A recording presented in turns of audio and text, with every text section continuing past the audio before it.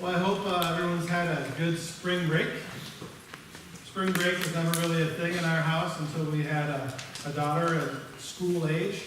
Then it became a thing, and I kind of like it. This week, the Billardello clan went to Arkansas to visit my in-laws, Michelle's parents. See Bill and Linda, most of you know them. It was a good trip, other than the fact that it was Arkansas. Just kidding. Is anybody here from Arkansas? It's funny, you go into a different state. And at first you're like, oh, this is kind of like it is at home. But then you start to see those small differences from the states, right? And you say, well, this is, you can tell this is just different. You can tell this is just different. And for me, the crowning moment was when we went out for dinner. We went to get barbecue. And we ordered barbecue beef. Diane, you might know where this is going. And they brought roast beef with barbecue sauce on it. And I said, take me home to Texas. I was happy when we hit the Texas state line in Texarkana. I don't know, there's just something comforting about knowing that within 5 miles of me at all times, I can go and get a brisket sandwich. Feels good to be home. Our home is part of who we are. Our home shapes us to be the person we're going to be. And I think that's what Paul understood when he was writing to the Philippians and says, our citizenship is in heaven. Our home is in heaven. Our home is in the kingdom of heaven that God has brought to us. Our citizenship, our home is heaven. Now, like any land, heaven has its expectations and its benefits. And I had the opportunity to have this conversation with Caroline yesterday. We were driving down the street and she noticed the flag of the United States of America. And she said, why are there flags of the United States of America everywhere? And we talked a little bit about what it means to live in the United States and the expectations and the benefits of living in the United States. The expectation of living in the United States is that you'll vote, you'll pay taxes, that you'll obey the laws. But the benefits of living in the United States are that you will be safe, you will have freedom, and you will have opportunity. So there's benefits and there's expectations. And it's the same when it comes to living in the kingdom of heaven. There are benefits and there are expectations. The expectations are a little different though. They're a little different than anywhere else in the universe, in the world. There is no voting in the kingdom of heaven. We don't get to show up and say, I want to run for Jesus' spot, right? There's no voting. There's no committees. There's no consultants.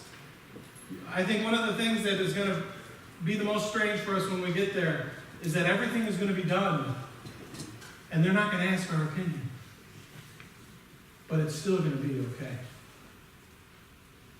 There's no voting. There's no taxes. There's no taxes in the kingdom of God. Everything has already been prepared. Everything, God has provided everything that is needed. We will not need to bring anything. There are no taxes in the kingdom of heaven. But, like the United States, there are rules, laws that we should follow if we choose to live in this kingdom. We should follow. And Jesus talks about the two main laws are love God and love your neighbors. In the Old Testament, Micah actually writes that, what does God require of you? To act justly, to love mercy, and to walk humbly with your God. As I just read that over and over again, I just think, what would our world be like? What would our community be like if all of God's people acted justly, loved mercy, and walked in humility with God? It would be a far different world. But we're not here to talk about the expectations. The main point I want to make are the benefits of living in God's kingdom. The benefits of living in the kingdom of heaven.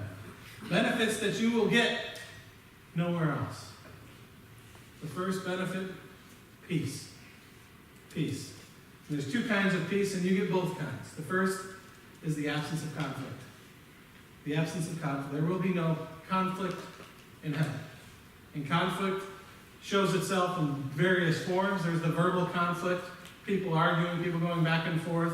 There will be none of that there, because there will be nothing to argue about. The second, more importantly, is there will be no violence. It'll be an end to violence.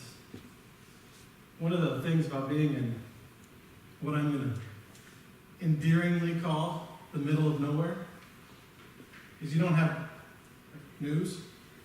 I'm sure it's available, but we just weren't watching it or paying attention to it. And so I go on Facebook and I see people are praying for New Zealand, and I say, why? What's happened in New Zealand? Was there an earthquake? Was there a flood? Was there a hurricane? No. There was another shooting. There was another shooting. And you hear about it and you think, wow, Muslims killed while they're worshiping in their mosque. Kind of reminds me of Jewish people killed while they're worshiping in their synagogue. Kind of reminds me of Christians killed while they're worshiping in their church. You think, why? What's the point? Why would you kill somebody while they're worshiping? The kingdom of heaven will be a place where there will be no violence. And so we look forward to the benefits that come with the kingdom of God. But also the benefits of living in the kingdom of God here and now is hope. Is hope, and we find hope in the story of Abram, the story of this man who goes on to be called Abraham later in the gospel, later in Genesis. Story of Abraham who God makes a promise to and says, I know you have no children, but look up at the stars. You see all those stars? That's how many descendants you will have. And Abraham, in his old age, believed him.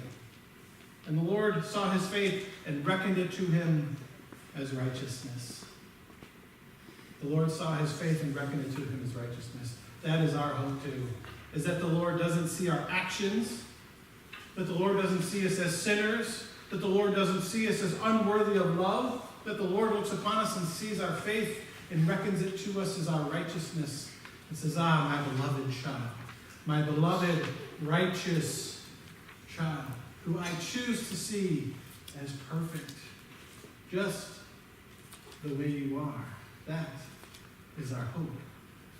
Faith is the ticket into our eternal home, and faith alone is the ticket. When I was a child, I used to think that home was wherever my mom was. And now that I've gotten older, that's changed. Home is wherever my wife and daughter are. But in the eternal sense, home is wherever God is. Home is wherever God is. And so in one sense, because God is with us now, we are already home. But in another sense, we're not quite there yet. We're not quite there yet. There is another place for us to go where we will be all the way home. And that is when we will be with God. Where we will be with God and God alone. There will not be all these other things in our lives that bring pain, that bring sorrow, that bring grief. It will be joy. It will be the joy that comes with knowing that everything you could ever want or need has been provided. Our God has provided it for us. Not because we've earned it, but because God has seen our faith, reckoned it to us as righteousness, and in God's infinite love has provided.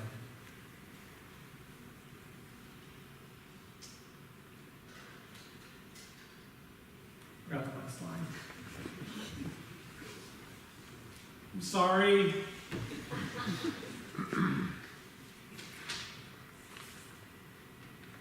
Oh, yeah. It's really embarrassing, but I know you're all okay with it, right? Yeah. So we are not all the way home yet, but we can see hints and reminders of our eternal home all around us. Whenever we see acts of kindness, generosity, and love we get a foretaste of the great feast to come. We get a foretaste of the great celebration, the eternal celebration of God's transforming love. And what a celebration it will be. I just hope they don't serve Arkansas barbecue.